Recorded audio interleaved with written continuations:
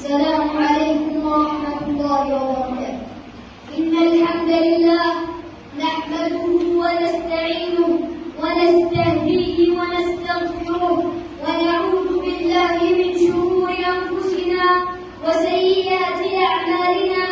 من يهده الله فلا مضل له ومن يضلل فلا هادي له، وأشهد أن لا إله إلا الله وحده لا شريك له، وأشهد أن محمدًا عبده ورسوله.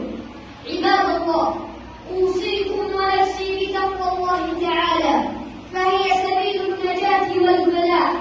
قال تعالى: يا أيها الذين آمنوا اتقوا الله حق تقاته ولا تموتن إلا وأنتم مسلمون. أما بعد، عباد الله، محبة الله من لوازم الإيمان، ولا يتم التوحيد حتى تكتمل محبة العبد لربه.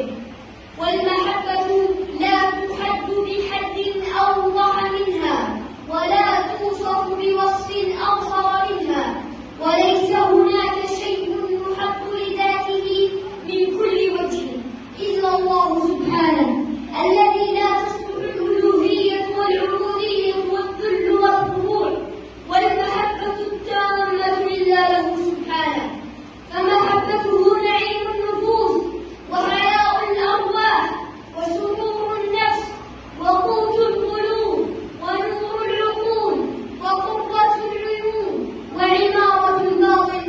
فليس عند القلوب السليمة والأرواح الطيبة والعقول الزكية أجمل ولا أمل ولا أطيب ولا أسر ولا أنعم من محبة الله والأنس به والشوق إلى لقائه.